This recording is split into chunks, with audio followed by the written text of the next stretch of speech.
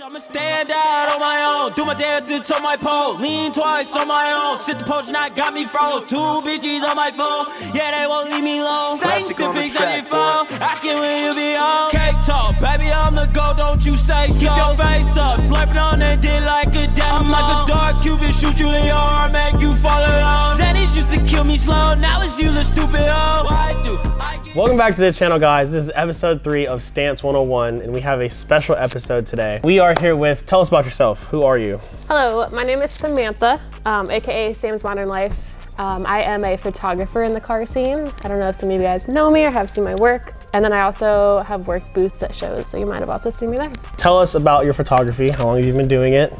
Oh, gosh. Some of the places you've shot that were important. So I think I started back in 2017 when I first moved to Florida the first time. Where in Florida? In Fort Lauderdale. That's when I like really got into the car scene because that's when I met like Colin and all them and hung out with all them. Gosh, some cool places I've shot. Gatlinburg. Yeah, that's pretty much the staple for sure. Yep. For sure. Okay, so tell us about the Florida car scene, because some people may not know about the Florida car scene. The Florida car scene is great, and we only go there 2 times a year for Destin and Daytona. But the times that we are there, the Florida car scene is sick, and we've made a lot of good friends there. Yeah, static everywhere.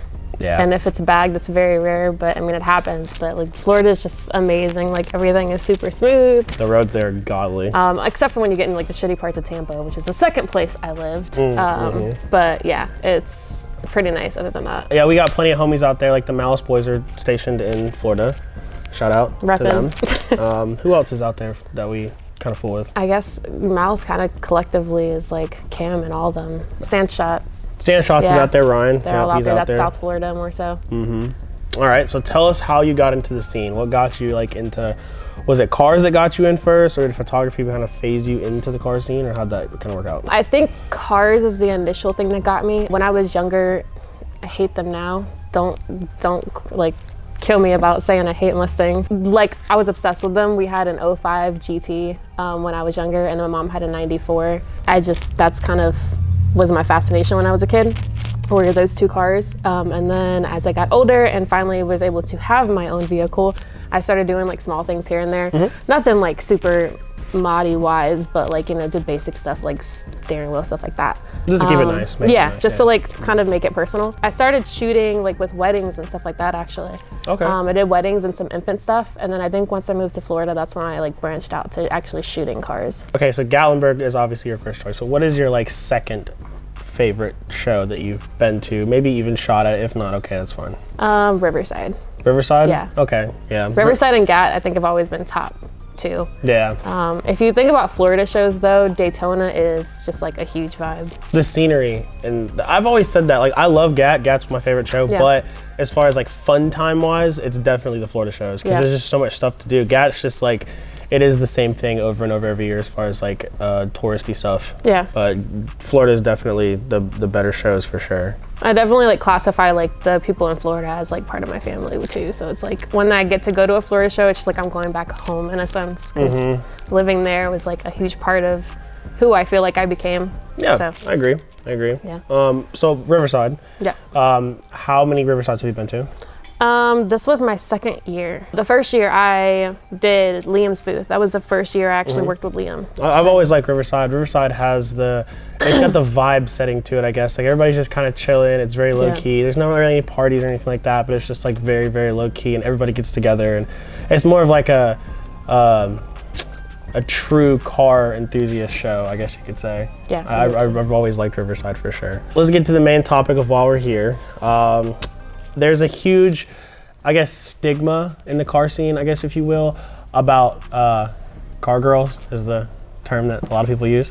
So tell us about that. I mean, car girl, it is what it is. It is what it is. I don't see something wrong with that term. I just feel like people have made that term into something that is negative. Yeah. I agree. Like if someone's a car girl, they don't know much, or, you know, they whatever. So tell us, what does that term mean to you versus what it means to the world? Originally, I kind of was one of those people where I was just like, I don't really want to be classified as a car girl, but just like, you know, another person who's into cars. But at the end of the day, like if we take that term car girls and make it seem like it's something bad, then that just gives them ammunition to use against us. And it's kind of like taking a term and it's like knocking out the stigmas of it. So yeah, car girls is literally a girl that's into cars. Like, that's what it is. Like, I don't feel like there should be anything negative behind it. Obviously, there's always going to be people who make it negative. That's just life. But I don't know. I just feel like if you're a car girl, you're just, you know, you're into cars some way, one way or another. You're either building a car, you shoot cars, you model with cars. Like, if you enjoy it, then that's what it is. That's true. I agree. So as a car girl in the scene, tell us about your experiences in it, because obviously cars, I wouldn't say necessarily like a sport, if you will, but in this type of thing, it is a male-dominated sport, and that's, I mean, that's just a fact. Yeah. So what is your, I guess, experience as a car girl? Because you come from a couple different sides of it. You've been in the, probably in the modified section of it, modifying section of it. You've been a photographer. You've modeled too. So you kind of have all the experiences. So kind of tell us about like your experiences in that, like some of the good, some of the bad, things that have happened to you, et cetera, et cetera. I think any woman who has anything to do with cars can kind of agree with it. If you are a woman in the car scene, you will get looked at differently, like no matter what. If you're an angel, if you're not, if you do modeling, if you actually build a sick ass drift car, like no matter what, you're gonna get looked at like you don't know what you're doing. I'm sure some people saw the drama on Instagram or coming from TikTok, whatever, but there was actually a comment made that kind of sticks out with this, where they actually said that there are women who like build their cars and build sick cars, put a lot of money into it and whatnot, but they still think that they sleep with 10 plus guys. So like, although there are people who look up to these women, like no matter what, it's just like, you're gonna get looked at as lesser just because you are a woman in the car scene. Why do you think people, why do you think they hate car girls necessarily? Because you have, I mean, you have some that are like revered, I guess. Like you have some girls that are revered, and you have some that just, you know, get shit on all the time. So why do you think that like girls have such a bad rep? Like where did it start? Like who did it start with maybe, or where did it start? To be honest, I don't think it really like started with anyone in particular. I think that it's just the history of women in general. Like women have always kind of been treated as a lesser to men, like with, you know, stuff in history, like with pay, jobs, like all that kind of stuff. So I think just trying to be a woman going into another male-dominated thing, like there's women who weld, there's women who play sports, like all of this stuff was like male-dominated things, and once women started to get their foot in the door and it caught on, it kind of scared certain people. And they were just like, oh, we can't have this happen, like they can't take this over, like this is our thing. Like I really think that that's what it's about, and I think that's where it just starts. Like I don't think we're ever gonna have a time where something isn't looked at like a woman's trying to like take something away from like a man or something like that. It's just always gonna like be that way, I feel like competition, I guess you could say. Yeah. I mean, even like the drifting world, because I've started over the past year and a half like really getting into the drifting. There's some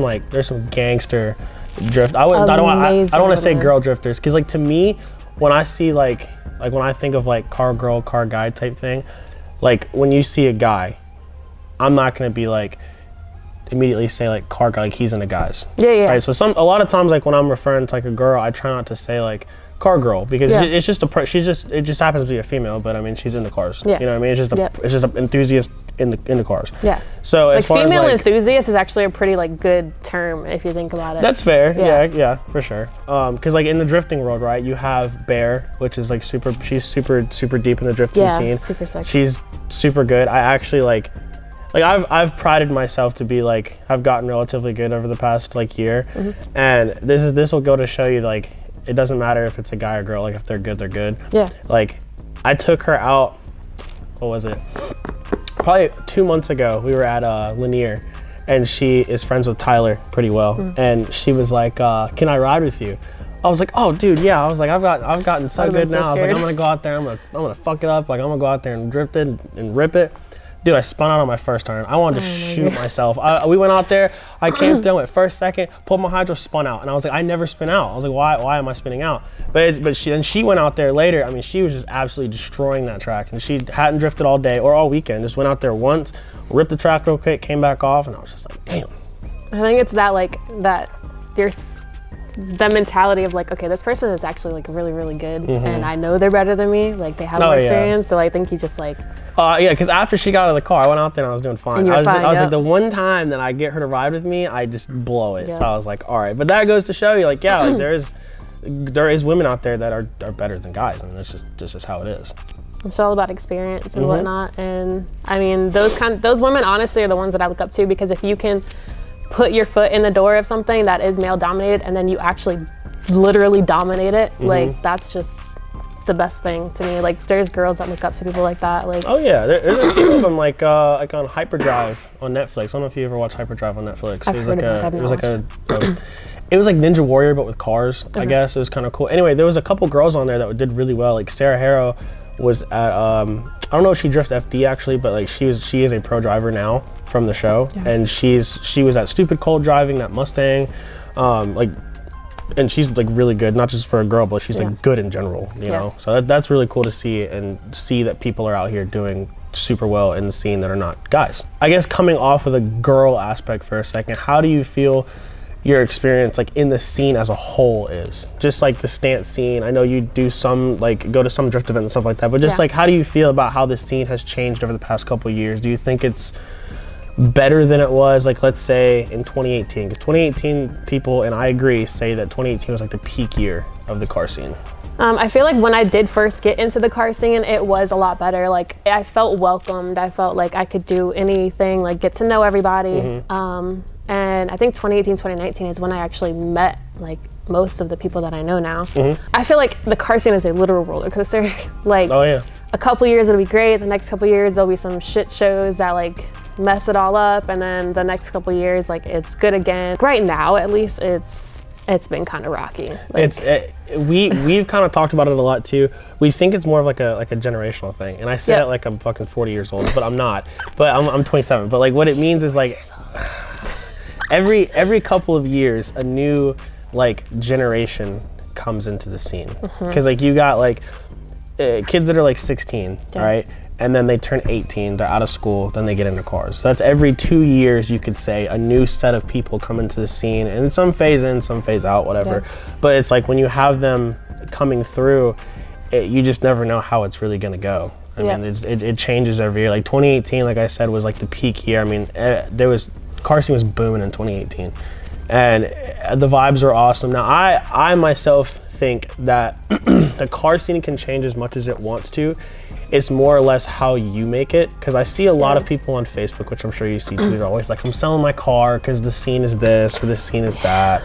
And it's just like, it's really how you make it. Like you make your own friends, you know, and you can control, no matter what anybody says, you can control your own friends. Whether if they're not good people, then they're not your friends. Yeah, you don't have to be. You know what I mean? So how do you feel about that? Like I know the car scene kind of is rocky in right now, but as far as like people doing that, like do you think that's like normal?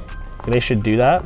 I think I kind of agree with you. Well, I do agree with you. Like, I feel like you don't have to get out of the scene just because that year is like a bad year, or like you don't like what people are doing. Like if freaking Joe and John are over there in another state, like doing takeovers and stuff, I'm obviously not part of that. So I'm not gonna sit here and go on Instagram and be like, oh, I'm done with the car scene because like I'm bothered by it. Exactly. Like it has nothing to do with me, because my friends, we don't do that. Like I go to shows to see my friends. I go to meets and stuff to hang out with my friends. Like I don't put myself anywhere near those kind of things. Yeah, for sure. So like that doesn't affect me at all. So how is that in Charlotte? I know Charlotte and Atlanta are like a hub for that shit right now. So I moved to Winston-Salem, and Winston-Salem's kind of the same way. But Charlotte, when I lived there, there's this one meet that I don't know who runs it or anything, but it happens in a parking lot, and half of the parking lot is like a parking garage kind of situation.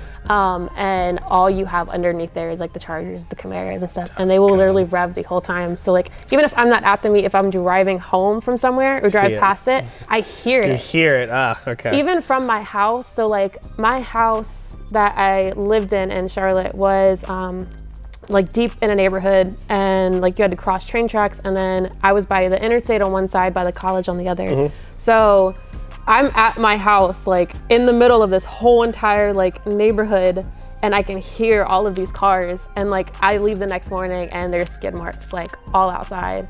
Like it's kind of ridiculous, and it's like I said, it's always the Chargers, the Camaros, some of the Mustangs. A lot of people think that the takeover stuff is like a super cancer to the scene.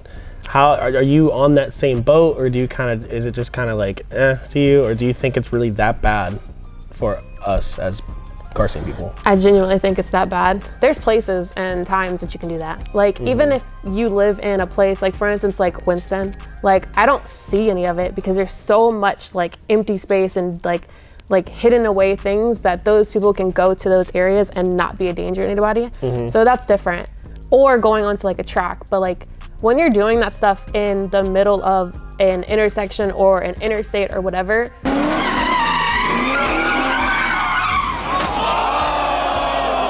you're bringing negative attention to cars. They don't look at, people who don't know what we do don't say, oh, it's okay, Ryan and them don't do that, that's fine. People don't differentiate. Barbara just thinks that everybody who likes cars, Barbara. everyone who likes cars is like that. They don't separate us. The police don't either though. And it's not, I mean, you can't really blame them because like if you see a car that, I mean like, the Saul's car or my car or whatever, and then you see they have exhaust, they're, you know, they make cool noises, whatever, shiny wheels. You see that, and then you see these Charger and Challenger dudes that are just loud as hell for no reason. The cops have no idea that my car's all-wheel drive and is not going to be out there doing that. They don't know that, so they just put the two and two together, and they're like, oh, they must be connected. And then it kind of ruins it for the rest of us because we're like, you know, we're just trying to go out there and chill, and you know, those guys are out there revving, doing burnouts. Like you said, there's a time and place for all of it. I mean, to me, the track is the best place to do it because I mean, you have absolutely zero. It's not even about just take it to the track. Like it's literally about you have zero way to get in trouble. You know what I mean? It's wide open. You're not hitting nobody. Those dudes be getting smacked in those little takeover circles. I mean, just getting run over, killed. It's wild. I definitely feel like the tracks, like that's literally where you can learn. Like I understand not every area has a track. Like you have to drive a few hours or whatever to get to something. And those people, like at least they are trying to like be out of the way. Like they might go to a cul-de-sac that's in like an abandoned parking lot. Like thanks for doing that. Like it's just you and your 5 friends. Like cool. That's I'm not gonna be mad at that because I understand you don't want to drive 3 hours and pay $200+. Yeah, no, I get it. But you're not being a danger to anybody. It's just you, your 5 friends, going to practice real quick, whatever. And it's low key and it's not like some big thing. Yeah, you're not like blasting it. You're not posting like take our videos on the internet or anything like that. Like that's understandable. But I definitely feel like the middle of the street, like causing danger, like I don't understand how you could record a person physically getting tossed in the air and like bones breaking, whatever the case may be, and then go back the next weekend and do the same thing and think that that's okay. Like doesn't make any sense. And it sucks if you actually watch them. Like somebody will get run over, and besides like maybe they're close homies or something like that, no one else cares. Them. I mean, they're just like they just laugh and they put the camera in their face and they're just mangled. Yeah, you know what I mean. It's awful. It's I mean, that doesn't happen at stance car meets. I don't remember seeing anything. I don't see any of that over there. No, nothing like that. Circling back to like the whole reason why we were here, what do you think? And I guess it's just a problem really with the guys. But what do you think our mentality could be changed to, or how do you think we can change our mentality to like better accommodate you guys? I guess like what could we do better is the question that I have for you. Me as a female in the car scene, like I want to learn about the building of like cars, like modification, stuff like that. So when I have certain guy friends, I put myself around guy friends that I know will help me. So like, which you guys kind of already basically do this. Like if I ask you guys a question, you guys teach. Like that's literally, if you want to help include us and not make us feel like something is wrong with us, like teach us. Like don't give unsolicited advice, but if we ask you a question, it's genuinely because we want to know what we don't know and we want to learn because we want to be able to do all this stuff without y'all's help eventually. Yeah. Oh yeah, for sure. So like teach us. Like it's the same thing as if like you're teaching a kid how to ride a bike. Like you're gonna laugh at the kid because he doesn't know how to ride a bike. Like he's trying to learn. Obviously if he's just now getting into a bike, then he's not gonna know how to do it. So like just help us and like be open to having us here because we're not going anywhere. So I got you. Okay. All right. So what about online wise? Rephrase the online wise question. Okay. Let me recycle that. So what? I guess how you guys can be portrayed online I mean, there's, you know, there is jokes, and sometimes it's okay to make jokes, you know what I mean? But where is that line though? Where do you at least personally draw the line on like jokes versus like, you know, something else?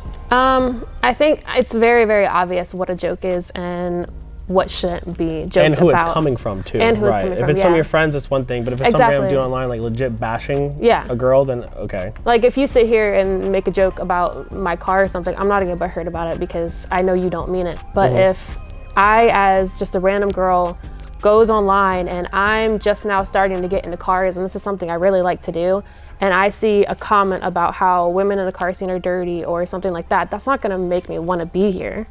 Like that's gonna make me feel like you're literally shooting down like a dream I have, and that's gonna make me like go back to whatever the heck else I was doing, being unhappy, whatever. So like, don't make comments about a collective like group. Like don't say like all women in the car scene are like this, or you know, so on and so forth, because that's the kind of stuff that like makes it to where the men who follow you will literally just continue to follow with what you're saying. Like they're gonna agree with that, they're gonna make worse comments. It's just gonna be like a whole like snowball effect of like negativity against us in particular.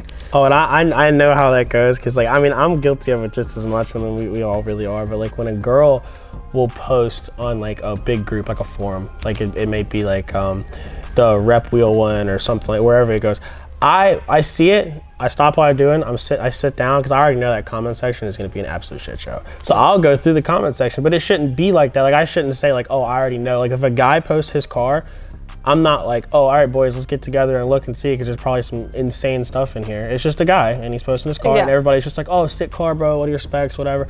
When a girl posts it, it's like, you already 50% simps, and then it's like another 50% of dudes screaming whatever the hell it is. Basically tell her to go kill herself because her fitment's bad. Like, yeah, and like she could post a mid-ass car, she could post a super nice car, and the comments are the exact same. Like if you're gonna talk shit about what women do to their cars, then talk the same shit to the boys in the car scene or the men in the car scene.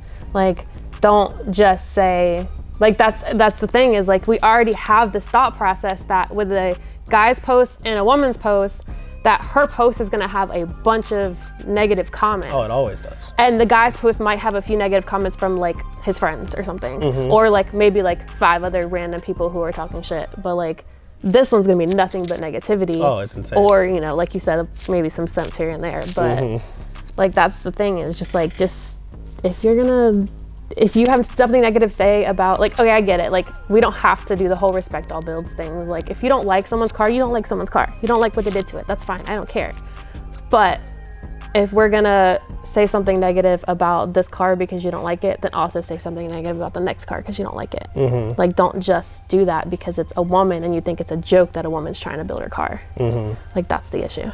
I agree with that. I definitely agree with that. There's some people that they need to be told that their cars are mid. I'm a very big believer of that. I will never maybe necessarily tell them just because of the shop, and I don't want it to like look bad and stuff like that, but there is like a tough love aspect to that some people, they honestly don't know any better. Yeah, so you have to teach them. You have to teach them. Maybe not necessarily go in and say like your car's ass, but like maybe explain to them like, hey, like this, and you know, this should not be the way they do. And that's why I'm a very firm supporter of the Gatlinburg idea. How they've been so strict on the cars, because people are starting to build cars now to where they're straight Instagram cars, and they show up to these shows and they're dog shit. And with us being builders ourselves, we want to push the quality aspect all the time, and we want the car next to us in the show to be just as quality as our show. You know, it's not a competition, but at the end of the day, you're building your car for people to see. So as a spectator, I'd want to go in there and see a nicely built car, not a clapped out car. So especially I guess if you're paying $40. Yeah, oh, 100%, 100%. So I guess one more thing we can bring up that's a big question now is gatekeeping. How do you feel about that? I have a weird outlook on that. So how do you feel about that? I guess that gatekeeping can kind of come into play with anything. So like if we bring photography into this, there's a lot of photographers who will gatekeep locations. I don't care. Like, I think that's weird. I think, and this, you can put this towards cars too. I think that, which actually, I'll get back to that, hold on. So I think that if I have a location, I have actually set up pop-up shoots with me and 5 other photographer friends of mine. We all shoot the same 2 cars. Those pictures are all different. Oh yeah, everybody's style is different. I will give this person my shoot location. I don't care, they can go shoot the same car there, whatever, but we have different talent, like different ideas of it. Like our talent's different, like maybe the level is different, maybe the knowledge is different, like whatever the case may be, no 2 photographers are gonna shoot the same. So with cars, I feel like no 2 builds are gonna look the exact same unless obviously that person literally copies you from like every single spec and everything. But I just don't think it's a huge deal to kind of like hide what you do to your car or like anything that you do. Like it doesn't seem like beneficial to anybody, because then it's just going to look bad on your part, because that person's going to go around and be like, oh, this person won't tell me this. And I know some people don't care about that, but I don't know. I respect that. It's a little different than the way I look at it, but I do respect that because that does make sense.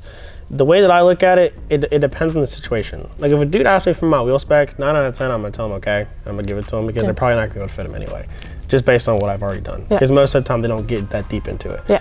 But when it comes to something like if you did a certain thing to like change your suspension, you can't just buy camber arms for your car. You can't buy this or buy that, or whatever. That's one thing. Like I'm not gonna gatekeep a brand from somebody or whatever. But if I'm having to do some custom work and it takes a lot of like R&D to figure it out, when we're sitting in here and we're spending, like me, Saul, you know, Zon and Carlos, we're spending hours trying to figure something out. And we're putting all of our minds together, you know, trial, error, and then we figure it out. Then the next kid who wants to have that same look comes by and says, hey, tell me how you did it. You're kind of like, okay, I can, but it's like I had to put in the work to figure this out and the time, and then I'm just giving it to you. And you want them to like learn the same way. I would love for them to learn, and also it's like if we did all this stuff to make this work and try to be different, how long will that last? Because we're just giving it out to everybody else. It definitely depends on the time or the situation for sure. It's very situational. There's some people that will get mad about anything. Like they hit you up and say, well, how'd you do this? Well, it's just like, man, it took me days to figure that out. And then you just want to all of a sudden know it and it just be. I think when it comes to like actual parts or like locations or paint codes, stuff like that, then I completely understand. Like don't. Like gatekeeping, that's kind of whatever, because someone can easily look up online. They can just look it up, but which you want them to do, but it's super easy. Google's a real thing, but you know, whatever. But yeah, no, when it comes to like custom building stuff, I completely understand. Like, go ahead and like try and learn it, because you, especially as someone who owns a shop and being someone like well known in the car scene, like there are people obviously who do look up to you. Like you want people to learn and you want them to be taught. So it's kind of, I get what you're saying. As much as we love building people's cars for them, I also can respect, as long as it's done well, I can respect a person wanting to do it on their own. Because that's where we came from. That's where I came from, the Saul's on, all of us. We all came from building it on our own. We made a business out of it, and we don't kill people on our prices. We try to keep them relatively low for the next guy. But I still can respect somebody coming in and doing their own work, and because that's what we did. We walked around Gatlinburg and we talked to some of the owners, and like, yeah, I did this myself. And I'm like, dang, there was actually a dude that we talked to, and he said he did his hard lines himself, and I was like, damn, I don't even know if we could do that. I'm not gonna lie. So like it's good to see like other people's work and see them do well. But speaking of shows, the last thing that we're going to cover now is Clean. Are you coming down for Clean? I'm going to try. That's insane. That is not what I was looking for at all. I'm going to try. So you are coming down to Clean. She's coming down to Clean, Greenville. November 19th, we're having Clean Greenville here in Greenville, South Carolina.